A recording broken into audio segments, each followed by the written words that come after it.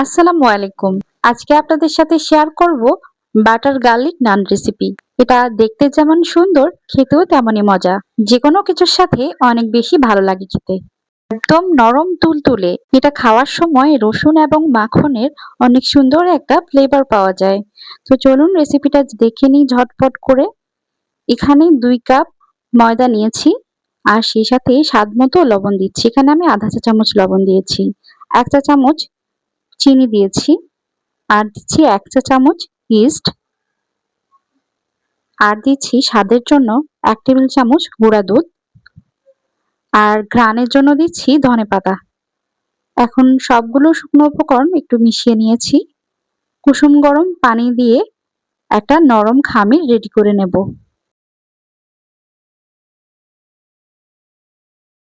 একটা ডো ফর্মে চলে এসেছে। এখন এখানে একটু তেল দিয়ে দিচ্ছি ১ চা চামচ মতো। তেলটা দিয়ে আবার একটু ভালো করে মথে নিচ্ছি। আর এটা ফার্মেন্ট হওয়ার জন্য ঢেকে রাখবো কিছুক্ষণ।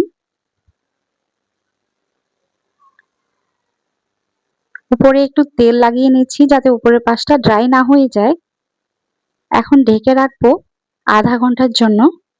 এখানে একটা মিশ্রণ রেডি করছি। এখানে ধনেপাতা, রসুন কুচি আর বাটার ২ টেবিল চামচ। একটু বাটারটা গরম করে এই রসুন এবং ধনেপাতার উপর দিয়ে দিয়েছি। একপাশে রেখে দিচ্ছি। এখানে আমার ডোটাও কিন্তু অনেকটাই ফুলে উঠেছে। উপর থেকে একটু ময়দা দিয়ে এটার ভেতরে যে বাতাস আছে এগুলো একটু বের করে নিয়েছি। এখন কাউন্টারে নিয়ে নিয়েছি ডোটা। ডোটা আরেকটু মথে নেব। আর মথে নিয়ে আমি কয়েকটা লেচি কেটে নেব।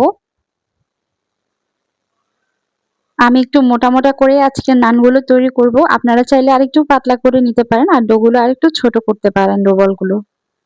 এখন একটা ডো বল নিয়ে নিয়েছি আর এখন আমি এটা বেলে নিচ্ছি। তো এটা আমি এখন বেলে নেব বেলনির সাহায্যে। ডোটা নরম করে তৈরি করলে বেলতে আর অসুবিধা হয় না। আমি এটা মোটা করে বেলে নিয়েছি। এখন চুলায় চলে যাচ্ছি। এটা ভেজে দেখাবো। ঠিক এরকম পুরুত্ব হয়েছে। একটা প্যান চুলায় বসিয়ে দিয়েছি আর শুকনো প্যানে আমি একটা রুটি দিয়ে দিয়েছি। একটু ঢেকে দিয়েছি। চুলা জালটা বাড়িয়ে রেখেছি। মিডিয়াম টু হাই হিটে রেখে এরকম ফুলকো ফুলকো হয়ে যাবে যখন, ঠিক তখনই এটা উল্টে দেব। আমি নিচের পাশটা চেক করছি।